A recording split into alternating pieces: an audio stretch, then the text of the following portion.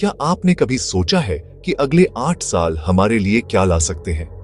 2025 से 2022 तक legendary astrologers चेताते हैं कि ये सिर्फ बदलाव के साल नहीं, बल्कि डर, संघर्ष और तबाही के साल हैं। आज मैं इन सालों के लिए सबसे चिलिंग प्रेडिक्शंस में गहराई से उतर रहा हूँ। कमर कस लो, चलो 2025 से शुरू करते हैं। Trigger year. मार्स और सैटर्न के टकराने से कई रिस्पेक्टेड एस्ट्रोलॉजर्स जैसे आचार्य इंदु प्रकाश और बेजान दारूवाला के फॉलोअर्स प्रिडिक्ट करते हैं कि यह साल युद्ध के बीज बोएगा। रशिया और नाटो के बीच तनाव बढ़ेगा, जबकि इंडिया और चाइना का रिश्ता एशिया में गरमाएगा।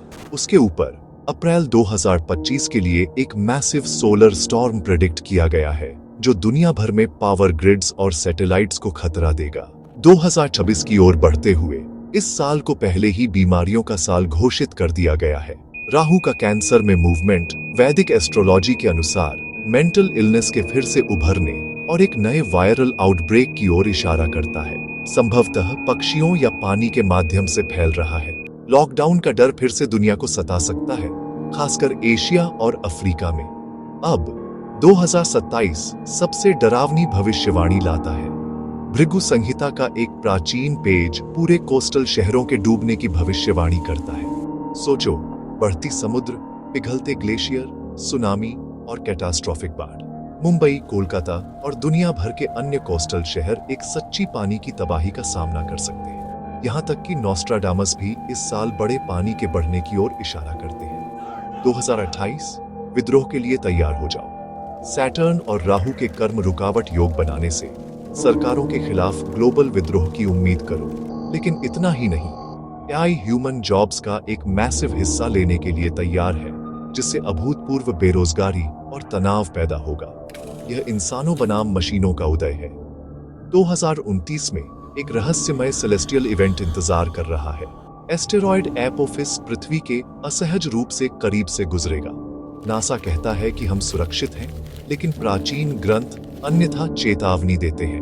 रेयर सोलर और लूनर इक्लिप्स अस्थिरता, दुर्घटनाएं और यहां तक कि कुछ ग्लोबल लीडर्स की मौत भी ला सकते हैं। 2030 साइलेंट कोलैप्स है। कई रहस्यवादी एक धीमी आर्थिक गिरावट की भविष्यवाणी करते हैं। लोग अपनी दौलत देखते हैं, लेकिन उसका उपयोग नहीं कर सकते। क्रिप्टो करेंसी पर संभावित प्रतिबंध और बैंकिंग सिस्टम में व्यापक बदलाव की उम्मीद करो। डिजिटल गुलामी के युग में आपका स्वागत है। लेकिन 2021 में एनर्जी शिफ्ट होती है।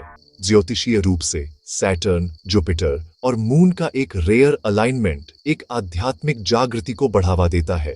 लोग मटेरियल ऑब्सेशन से दूर हो जाएंगे और इंडिया दुनिया के लिए एक आध्यात्मिक मार्गदर्शक के रूप में उभर सकता है। लेकिन याद रहे, अंधेरे से पहले हमेशा सुबह होती है।